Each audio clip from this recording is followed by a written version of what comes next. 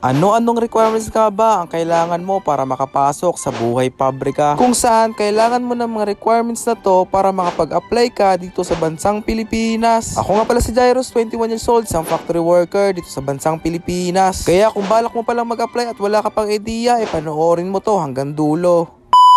What's up sa inyo mga pogi? Panibagong araw, panibagong video na naman tayo. Kung saan sa video na to ay ating pag-uusapan kung ano-ano nga ba mga requirements para makapag-apply ka sa mga buhay pabrika. Kung saan kapag kulang ka pa ng ganitong klase mga requirements or wala ka pa nito ay hindi ka pa pwede mag-apply sa pabrika. Dahil kakailanganin ito dahil hindi lang sa pabrika nyo magagamit. Kundi kapag nag-apply kayo sa ibang trabaho ay magagamit nyo pa ito. Kaya tara, umpisa na natin kung ano-ano nga ba mga requirements na pwede nyong gamitin para makapag-apply dito sa pabrika. Uunahin na natin yung tatlong mahalaga. Ang SSS, Pag-ibig at PhilHealth, kung saan yan ang pinakamahalaga dito sa bansang Pilipinas kasi yan naman ang talagang pinagkukunan ng mga korap na gobyerno.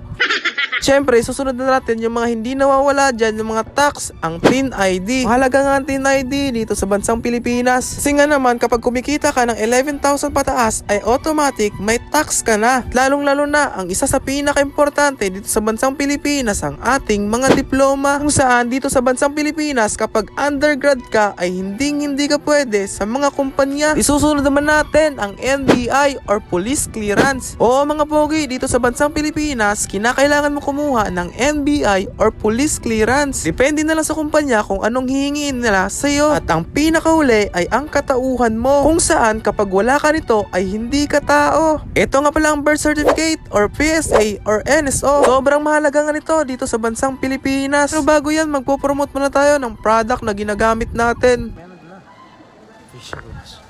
Alright guys, kung gusto nyo pang kuminis sa mga mukha nyo at kung ayaw nyong maano yung mga mukha nyo at gusto nyong alagaan ang mukha nyo, ito nang gamitin nyo. Myra facial wash lang ang kailangan nyo para maging maganda mga itsura nyo, para maging